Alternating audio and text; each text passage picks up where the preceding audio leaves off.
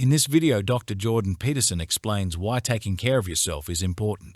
And I've been a psychologist for a long time, and I know, especially from reading Carl Jung, about the danger of ego inflation.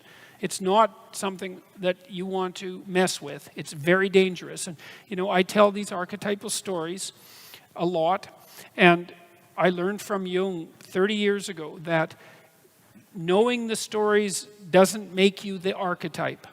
And that's very, very, very important to understand, And so I try to be cognizant of my shortcomings, which are manifold, and to be grateful. That's a good thing.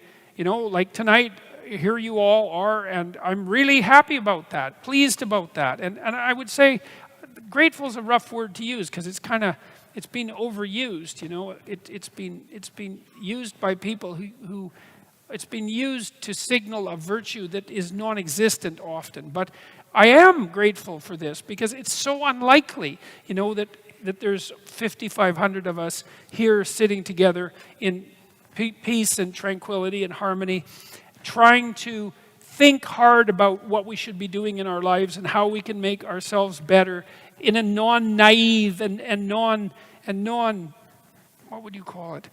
It's that there's a kind of striving for goodness that isn't virtuous. And I think it's the praying in public kind. It's the I'm against poverty sign kind. I'm hoping what this is that it's the old original sin kind. It's like, yeah, Christ, there's plenty wrong with me. And I include myself in this all the time, I know there's plenty wrong with me. It's like, it'd be good if something could be done about it, even a little bit. And maybe that would make things a bit better for everybody. And maybe that's a noble goal. And maybe we can come and have a serious conversation about that for 2 hours and think hard about it. And maybe we can turn around our lives a little bit. And because I think we can do that. And that it's possible for each person to make things around them way better than they are.